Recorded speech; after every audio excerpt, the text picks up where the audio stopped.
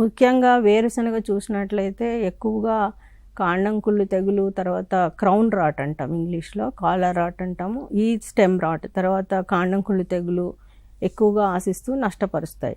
కొంతవరకు ఈ కాండం కుళ్ళు తెగులు భూమి ద్వారా ఆశిస్తూ ఉంటుంది, తర్వాత నేల ద్వారా కూడా ఆశిస్తూ ఉంటుంది. విత్తనం ద్వారా, విత్తనంకైతే మనం మందు పట్టించినప్పుడు టెబుకొనజోల్ అనే మందు ముఖ్యంగా 1 గ్రాము టెబుకొనజోల్ 2 గ్రాములు 2% డిఎస్ అనే మందుని 1 గ్రాము 1 కిలో చొప్పున ఈ వేరుశనగ విత్తనానికి పట్టించి ఆరబెట్టుకుని విత్తుకోవాలి. తర్వాత వీటిల్లో కూడా మనకు రసం పీల్చే పురుగులు మొవ్వకుళ్ళు తెగులు ఎక్కువగా ఆశిస్తూ ఉంటుంది. దీన్ని బడ్ నెక్రోసిస్ అంటారు. ఈ మొవ్వకుళ్ళు తెగులు 45 రోజుల పంట కాలంలో ఎక్కువగా ఆశిస్తుంటుంది.